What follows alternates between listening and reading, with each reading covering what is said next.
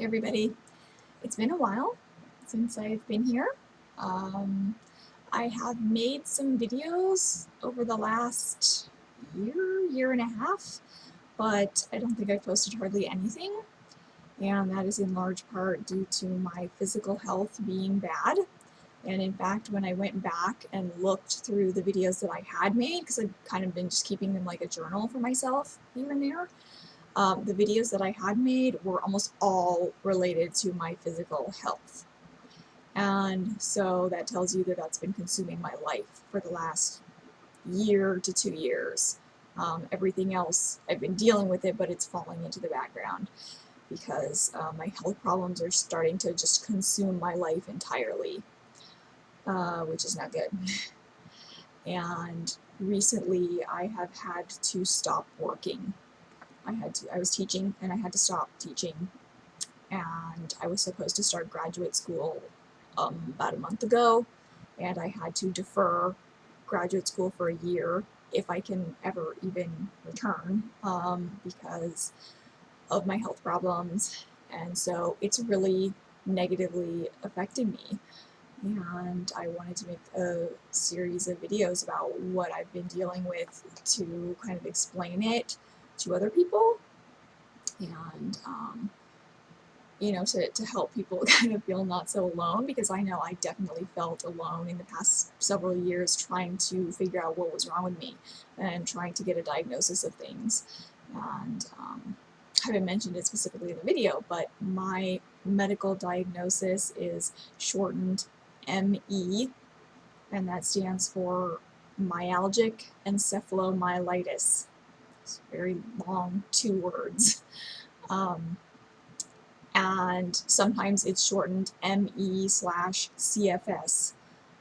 which stands for myalgic encephalomyelitis / chronic fatigue syndrome.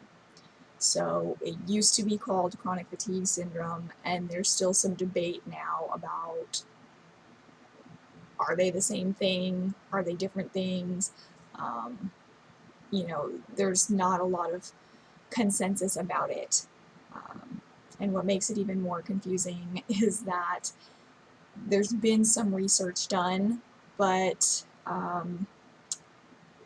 there still needs to be a lot more research. And so it's not something that's really well known like MS, multiple sclerosis, even though it has some similarities to MS. ME is not really widely known by a lot of people. People in the medical community, people, just lay people, I guess you could say. Like most people know what MS is, and most people know what diabetes is, but like nobody knows what ME is. It's one of those weird things. And supposedly it's not super rare. Something like 1 million to 2 million people in the United States are estimated to have this. But because of the lack of research up to this point, it's still not really well understood what causes ME or how to treat it, really. So I think there are some specialists, like probably a handful of specialists in the United States that deal with it, but by and large, the average medical doctor isn't well equipped to deal with it.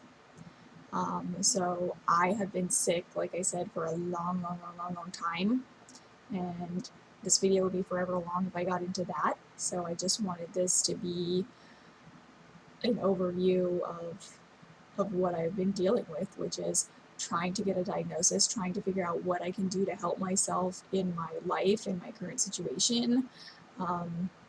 Being diagnosed with any kind of chronic disease, especially one that prohibits you from doing your daily activities, it's a huge life change. It alters your life in a way that you couldn't necessarily imagine before.